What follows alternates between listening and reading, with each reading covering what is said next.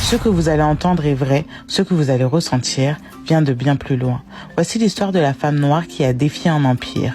On l'appelait Nani, ou plutôt Queen Nani, chef, guerrière, prophétesse, fille d'Afrique arrachée à la terre des Ashanti pour être jetée dans l'enfer sucré des plantations de Jamaïque. Mais elle ne plia pas, elle s'échappa.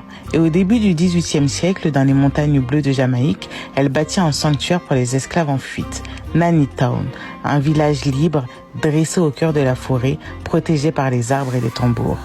Elle formait ses frères à la guerre, enseignait l'art du silence, des pièges, la foudre dans les feuilles. On dit qu'elle pouvait prédire les attaques, qu'elle arrêtait les balles et qu'elle faisait parler les morts.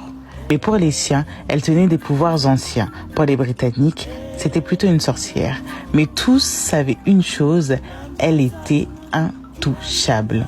Les Anglais envoyèrent des armées, elle leur en dit des cadavres. Plus de 300 embuscades et pas une seule reddition. Face à elle, même l'Empire a dû plier. Milieu du XVIIIe siècle, la couronne britannique signe un traité et Nani obtient ce que d'autres n'osent rêver, un territoire libre, reconnu. Son nom est inscrit dans l'histoire, son visage est sur les billets et surtout, elle vit encore dans le sang des marrons. Ce peuple né de la révolte qui se souvient que la liberté, c'est parfois une femme qui murmure à la montagne.